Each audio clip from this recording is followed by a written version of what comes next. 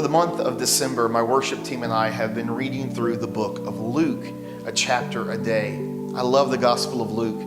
My favorite chapter is chapter 15. In chapter 15, Jesus gives three parables. The first parable is the parable of the lost sheep. The second parable, the parable of the lost coin. The third parable, the parable of the lost son. We often call it the prodigal son. In the first parable, a shepherd has 100 sheep, and one goes astray. And so the shepherd goes out to find, he leaves the 99 to go find the one that's gone astray. When he finds it, he rejoices greatly. He invites all of his neighbors to come to celebrate with him. The second parable, this parable of the lost coin. A woman loses a coin in her home, and she turns her house upside down looking for that one coin. When she finds the coin, she rejoices greatly, and she invites all of her neighbors to come rejoice with her. In the third parable, we all know it, the prodigal son. Father has two sons, an eldest and a youngest. The youngest comes to the father and says, I want what's coming to me. I want my inheritance. I don't want to wait till you die. Give it to me now. So the father gives him his inheritance. The son takes the money. He goes off into a far country and he squanders it. Now, when we read chapter 15, we typically focus on the prodigal son. And that's a shame because we need to read all three together and realize that they are joined. In the first parable, a shepherd loses a sheep and he searches diligently for the sheep. In the second parable, a woman loses a coin and she searches diligently for the coin.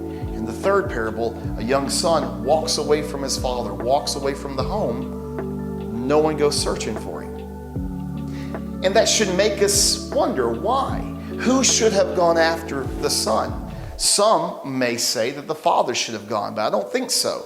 I think the eldest son should have gone after the youngest. I think he should have said, Father, my youngest brother has been a fool and he has walked away from you. He has left the home. He's probably squandered the money. So I will go get him. I will go retrieve him. I will bring him home and we'll have him home again. But the eldest doesn't do that. In fact, when the younger son does come home, the eldest brother is angry. He's bitter. The fact that this brother even came back in the first place. That story should make us long for an elder brother. Someone who would come after us when we're lost. You may be thinking, well, Jason, what does that have to do with Christmas? Well, everything. That's exactly what we celebrate during this time of the year. That Jesus, our eldest brother, left the perfection of heaven to come into the chaos of this world. He left light to come into darkness, searching for you, searching for me. In fact, when he describes his mission, Jesus said that I've come to seek and to save those who are lost.